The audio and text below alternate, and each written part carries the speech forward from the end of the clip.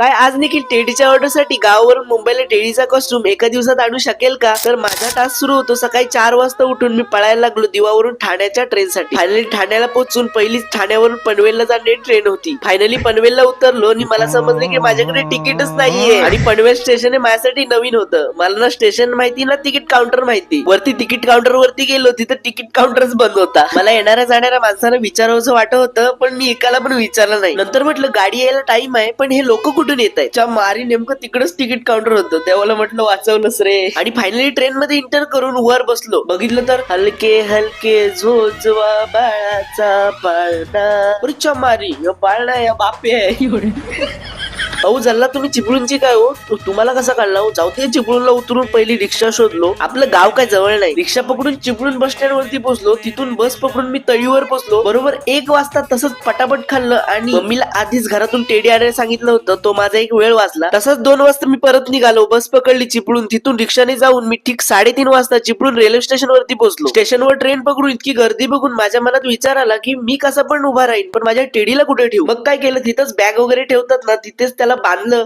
आणि मी वर बसलो. फायनली ठीक 8:30 वाजता ठाण्याला पोहोचलो आणि हा टाइम म्हणजे गर्दीचा टाइम. मी विचार करतच होतो की याला कसं नेऊ. तितक्यात अचानक अनाउन्सिंग झाली ठाण्यावरून बदलापूरला जाणारी ट्रेन होती. मी पटापट जाऊन ट्रेन पकडली आणि 9 वाजता मी दिवा स्टेशनला पोहोचून घरी पोहोचलो. आता याच्या पुढे मी टेडी मुंबईला का आणला आणि कशासाठी आणला याच्या पुढे काय झालं यासाठी निखिलला फॉलो करून मुंबईकर तुम्ही कुठे राहता हे कमेंट करायला विसरू नका. चांगली कमेंट पिन करून फॉलो करायला विसरू नका.